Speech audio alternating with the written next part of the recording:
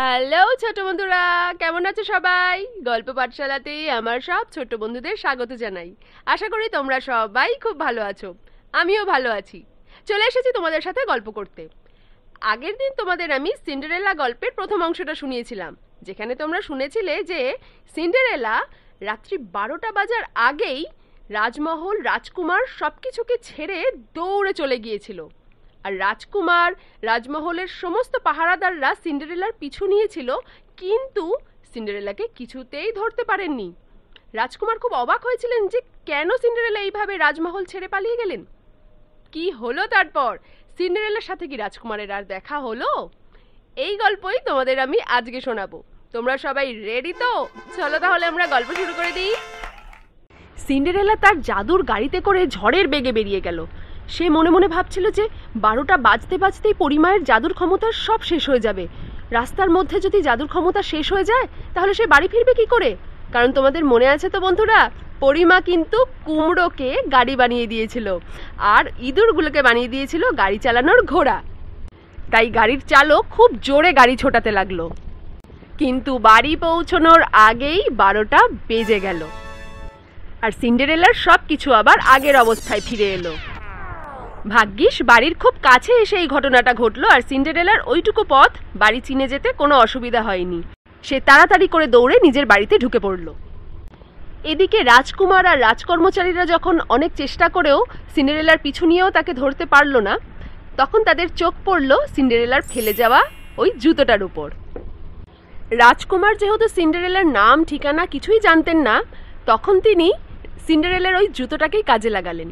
তিনি সঙ্গে সঙ্গে রাজকর্মচারীদের আদেশ দিলেন যে রাজ্যের সমস্ত কুমারীদের এই জুতো পরিয়ে দেখা হোক। যার পায়ে এই জুতো ঠিকঠাক হবে তাকেই আমি বিয়ে করব। সেদিনের মতন সমস্ত অনুষ্ঠান বন্ধ হয়ে গেল। রাজকুমারের আদেশ অনুযায়ী পরের দিনই রাজকর্মচারীরা চলে গেল রাজ্যের বিভিন্ন বাড়িতে। রাজ্যের অনেক মেয়েদেরই ওই জুতো পরিয়ে দেখা হচ্ছিল, কিন্তু কারোরই পায়ে ওই জুতোটা ঠিকঠাক বসছিল না। সারাদিন চলে গেল, কিন্তু এমন কাউকে খুঁজেই পাওয়া গেল না যার পায়ে ওই জুতোটা ঠিকঠাক হয়। এদিকে সিন্ডারেলা রাজমহলে যে সময়গুলো কাটিয়েছিল সেই সময়গুলোকে মনে করে সে খুব আনন্দ পাচ্ছিল। তার মনটা এখন খুশিতে ভরে আছে। ওদিকে সিন্ডারেলার নতুন মা আর 2 মেয়ে খুব বিরক্ত হয়ে আছে।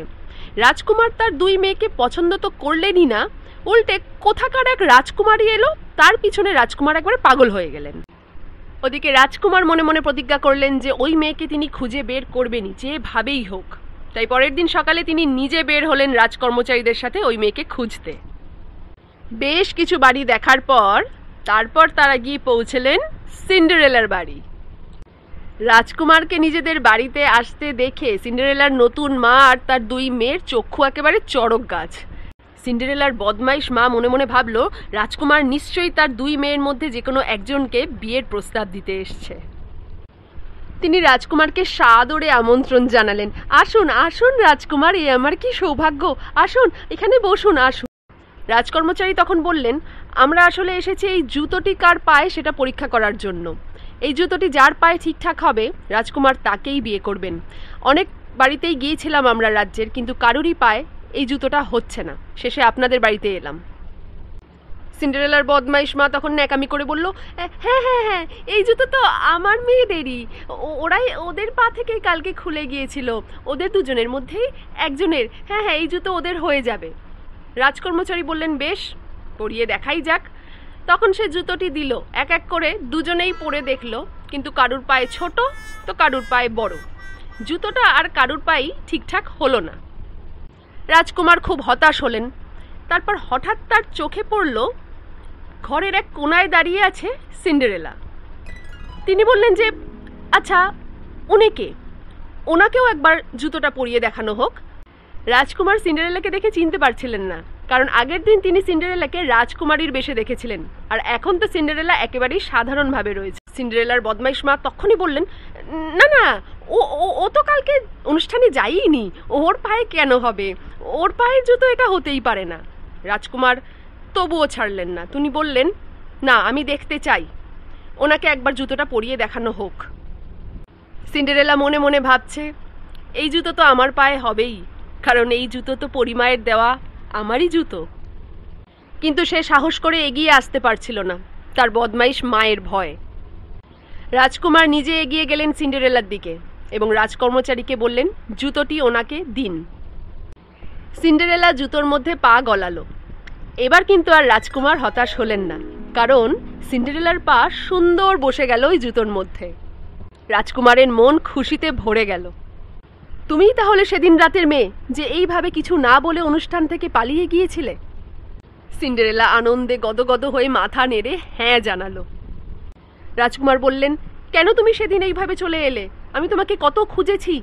চলো চলো আমার সঙ্গে, আমি তোমাকেই বিয়ে করতে চাই। এবার ভাবো বন্ধুরা, এই দৃশ্য দেখে ওদিকে সিন্ডারেলার নতুন মা আর তার দুই মেয়ের কি অবস্থা হচ্ছে। তাদের তো চক্ষু ছানা পড়া হয়ে গেছে, তারা তো আকাশ থেকে পাতালে পড়ছে। তারা যেমন অবাকও হয়ে যাচ্ছিল, আবার রাগে ফেটেও পড়ছিল। রাজকুমার সকলের সামনে থেকে সিন্ডারেলাকে নিয়ে চলে গেলেন রাজমহলে। ইতিমধ্যে সিন্ডারেলার বাবাও চলে এসেছিলেন। সমস্ত ঘটনা শুনে তিনি প্রচণ্ড খুশি হলেন। ছোটবেলা থেকে মেয়েটা কি কষ্টই না পেয়েছে, আজ তার খুশির দিন এসেছে। এরপর রাজকুমার আর সিন্ডারেলার খুব ধুমধাম করে বিয়ে হয়। রাজ্যের সমস্ত মানুষরা এসেছিল। সিন্ডারেলা আর রাজকুমার খুব সুখে শান্তিতে তারপর তাদের জীবন কাটাতে থাকলো।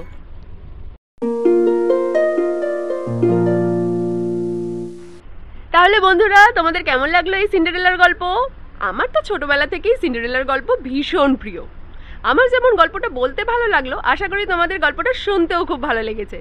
যদি তোমাদের গল্পটা শুনতে ভালো লেগে থাকে তাহলে একটা লাইক করে দিও প্লিজ। আজকের গল্প এখানেই শেষ করছি। আবার একটা নতুন গল্প নিয়ে খুব তাড়াতাড়ি চলে আসবো তোমাদের সাথে গল্প করতে। আজকে তাহলে আসি। তোমরা খুব ভালো থেকো, সুস্থ থেকো, আনন্দে থেকো। Love you, tata.